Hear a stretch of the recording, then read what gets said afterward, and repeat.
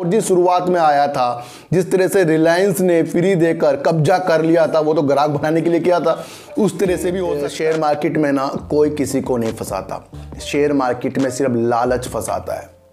अगर में ये आए या ना आए, हमें इसके काम को देखते हुए इसके ऊपर अपना दिमाग लगाना ही लगाना होगा।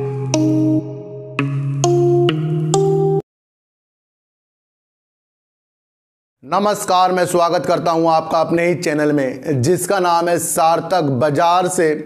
और आज बात करते हैं सर वोडाफोन आइडिया की, और बात करेंगे सर इंडियन ओवरसीज बैंक की, और देखेंगे कि इंडियन ओवरसीज बैंक की जो काम इसके अंदर होते जा रहे हैं उसके द्वारा ये बैंक कहाँ तक जा सकता है। और देखेंगे कि जो ये प्राइवेट की न्यूज़ में भी इसका नाम ज़्यादा आ रहा है कि इंडियन ओवरसीज बैंक और सेंट्रल बैंक ऑफ इंडिया का भी नाम आ रहा है, तो देखेंगे कि उसका नाम आने से भी ये कहाँ तक के जा सकता है। वैसे मैं आपको एक चीज़ बता दूं सर कि प्राइवेट में ये आए या ना आए, हमें इसके काम को देखते हुए इसके ऊपर अपना दिमाग लगाना ही लगाना होगा। और उसे देखते हुए इसकी मैं एक समीक्षा आपके सामने करूंगा। आपको उसके द्वारा अपने द्वारा देखना है कि इस बैंक में हमें क्या क्या अभिलाषा आगे तक जाती हुई दिखाई दे रही है। अभी हाल ही में सर इन्होंने 665 करोड़ रुपए सर बॉन्ड के आवंटन के आधार पर जुटाए हैं, जो इस तरह से जुटाए कि अगर इन्होंने काम अच्छा कर दिया तो इन्हें और भी पैसा बॉन्ड के द्वारा मिल सकता है। यानी कि पॉजिटिव न्यूज आ रही है और ये अपने पैसे को लेकर अच्छा काम करने की तैयारी में लगे हुए हैं। ये भी एक पॉजिटिव न्यूज है। अभी 2021 में सर ये परफॉर्मेंस के हिसाब से नंबर 1 बैंक था इंडियन ओवरसीज बैंक, जो एसबीआई से भी ज़्यादा नंबर 1 आ चुका था परफॉर्मेंस के हिसाब से। यानी कि ये दो न्यूज इसकी बहुत ही बेहतरीन होती जा रही है। अभी कुछ दिन पहले ही सर ICRA ने भी इसकी रेटिंग सर बॉन्ड के द्वारा बढ़ा दी है और A+ की इसकी रेटिंग करीब दे दी है सर। तो ये भी बहुत ही अच्छी एक न्यूज इसके अंदर अभी हाल ही में मार्च में निकल कर आई है। और उसके बाद सर केयर ने भी इसकी रेटिंग बढ़ा दी है। समझिए सर, दो रेटिंग इसकी मार्च में बढ़ चुकी है इंडियन ओवरसीज बैंक की, और बैंक सर प्रॉफिट भी दे रहा है। इतनी सी बात भी आपको देखनी पड़ेगी। अभी हाल ही में इन्होंने सर अपने इंटरेस्ट में जो सेविंग होता है, जो जमा करते हैं हम पैसे, अपना इंटरेस्ट को इन्होंने रिवाइज किया है। तो ये भी एक पॉजिटिव न्यूज निकल कर आ रही है। तो कहीं ना कहीं आपको दिख रहा है कि ये जो बैंक है ना, प्राइवेट भले ना हो लेकिन ये अपनी अच्छी प्रगति की ओर जाता हुआ ये दिखाई दे रहा है। जब भी इसके अंदर प्राइवेट की न्यूज आती है ना, तो वो लोग खुश हो जाते हैं जो जल्द ही ज़्यादा अमीर बनने की कोशिश में लगे रहते हैं। कि जब इसकी प्राइवेट की न्यूज़ पहले आई थी, ये तब इतने ऊपर तक चला गया था और 28-29 के लेवल इसने दिखा दिए थे, तो वहाँ पर भी लोगों ने इसमें बाइंग की थी। और अब शेयर आपको सर 18-17 के लेवल भी ये दिखा रहा है।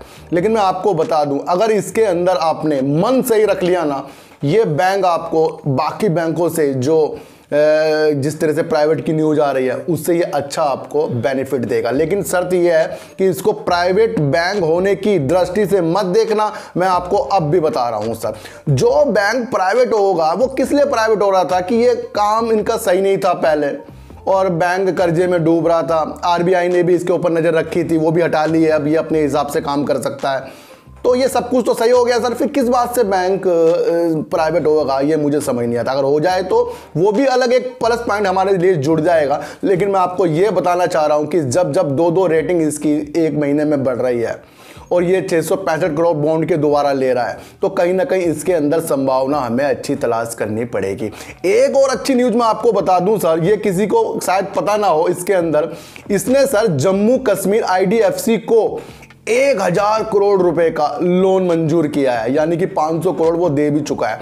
कितनी पॉजिटिव न्यूज है सर।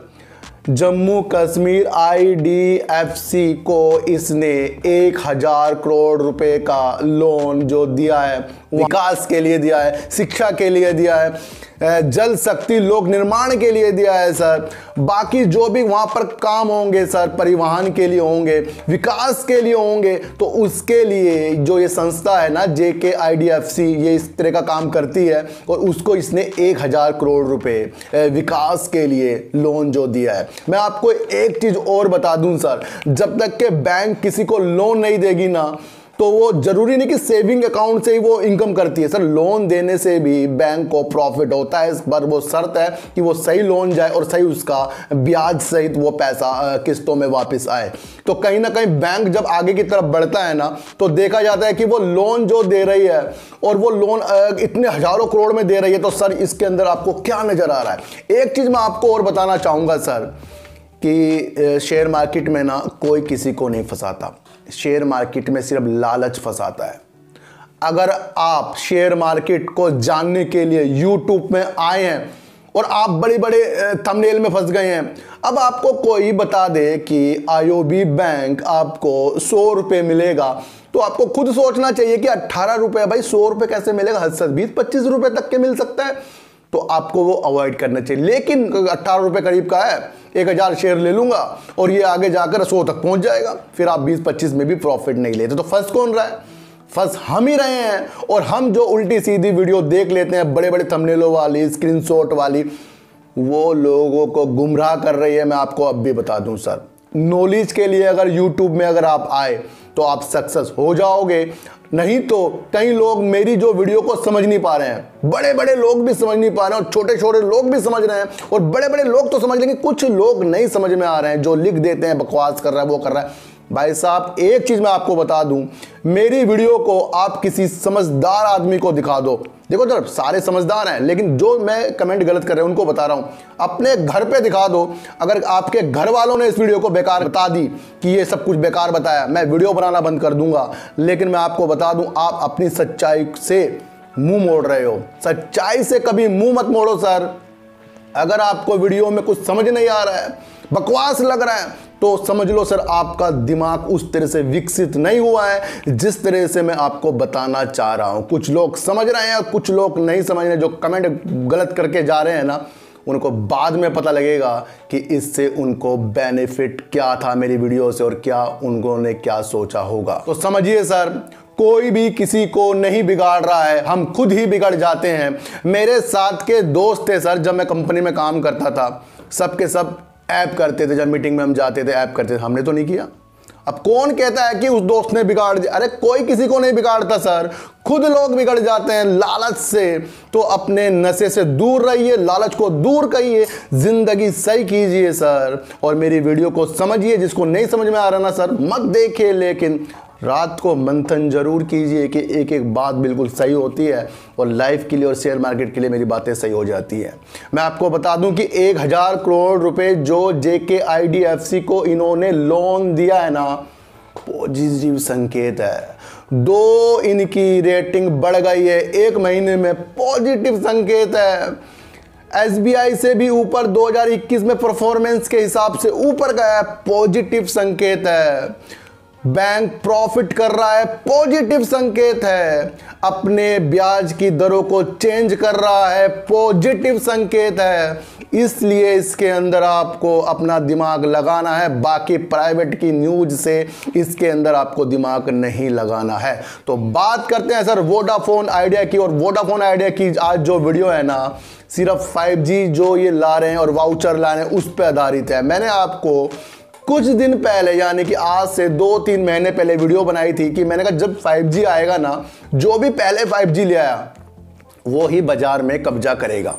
मैंने कहा था कि जो 5G पहले ले आया और वो अपने सिम बांटेगा, तो सबसे पहले कब्जा तो वही करेगा। सर 5G की जो चीज़ नहीं होती है ना, उसके पीछे ग्राहक चले आते हैं, और वो मेरी बात आज सच होती दिखाई दे रही है। मैंने एक न्यूज़ देखी है आज, जिसमें कहा गया है कि 5G आने से टेलीकॉम सेक्टर की कंपनियां अपने बाजार को कब्जा करने के लिए, यानी कि ग्राहकों पे ही करेगी, कब्जा करने के लिए क्या क्या वाउचर लाती है, क्या रेट रखती है, ये तो 5G की दरों से ही पता लगेगा।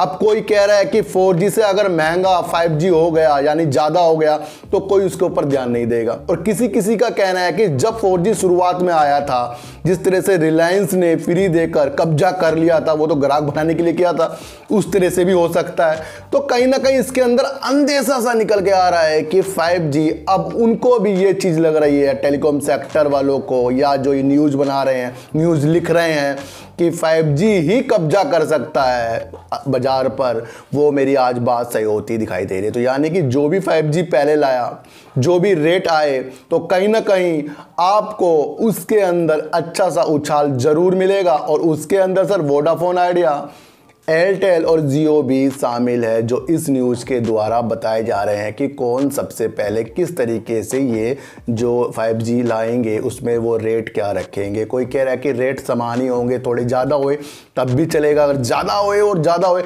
तब नहीं चलेगा, क्योंकि 4G भी कहीं कहीं लोगों को सही लग रहा है और BSNL भी 4G भी शुरुआत करने वाला है। तो सारी चीज़ों को आपको समझनी पड़ेगी कि जो 3-4 पुरानी बातें मेरी अब जो सही हो रही हैं। एक बार मैंने कहा था कि टेलीकॉम सेक्टर के रेट बढ़ने वाले हैं, 3 दिन बाद ही रेट बढ़ गए थे, और अब भी एयरटेल और वोडाफोन आइडिया अपने टैरिफ बढ़ाने में की बातें कर रहे हैं और वो बढ़ा सकते हैं। तो यानी कि अभी उसका रिजल्ट नहीं निकलता, जो मेरी वीडियो को बकवास बता के जा रहे हैं, लेकिन आगे जाकर उन्हें समस्या का हल मिल जाता है। और ट्राई ने कई बार टेलीकॉम सेक्टर को बता दिया है कि एक ऐसा प्लान जरूर ऐड करें जो मंथ के लिए होता हो, यानी 30 और 31 वैलिडिटी के लिए होता हो, जिस तरह से मंथ होते हैं सर। यानी कि फरवरी में 28 दिन होंगे तो 28 दिन के लिए होगा, मार्च में 31 दिन होंगे तो 31 दिन के लिए होगा, अप्रैल में 30 दिन होंगे तो 30 दिन के लिए प्लान होगा। और उसके अंदर सर एयरटेल और जियो ने पहले ही अपने इसकी घोषणा कर दी थी कि ये लाएंगे, और संचय ये था कि वोडाफोन आइडिया कहीं नहीं दिख रहा था। लेकिन मैं आपको बता दूं, वोडाफोन आइडिया भी अपने 31 और 30 दिन की वैलिडिटी वाले प्लान ला रहा है। ये भी एक गुड न्यूज़ निकल कर आ गई है। तो सारी समस्या को जानिए सर। फंड भी वोडाफोन आइडिया में आ रहा है, 13 रुपये 30 पैसे के हिसाब से प्रमोटर डाल रहे हैं। सरकार जब भी अपना स्टेक को उचित समय पर जो भी हिसाब किताब रखेगी उस पर हमें ध्यान देना है। फिलहाल तो वोडाफोन आइडिया हमें अच्छे संकेत दे रहा है, क्योंकि इन्होंने 30 से 31 वाली वैलिडिटी भी लेकर आ गया है।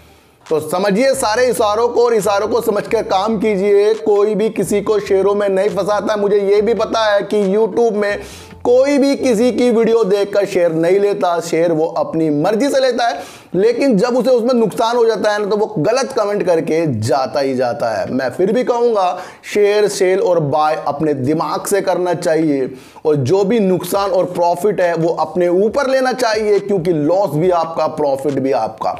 सिर्फ आपको शेयर मार्केट में नॉलेज के लिए आना पड़ेगा। मैं आपको फिर बता रहा हूं, अगर इसके लिए नहीं आया आप, सिर्फ ये आए कि भाई किसी ने आपको बड़ी बड़ी बातें बता दी, आपने शेयर खरीद लिया, नुकसान खाओगे सर। और IOB पर नज़र रख लो, जो इसकी सारी मैंने एक डिटेल बना दी है आपकी, इस पे एक एक पॉइंट पर काम आपको करना पड़ेगा। तो सर चीटी को आटा दीजिए, गाय को रोटी दीजिए, अपने बच्चों को ज़्यादा से ज़्यादा प्यार कीजिए, क्योंकि बच्चे ही आपकी मासूमियत से किस्मत पलटेंगे। तो फिर मिलेंगे आपसे नई वीडियो के साथ, जब तक के लिए नमस्कार।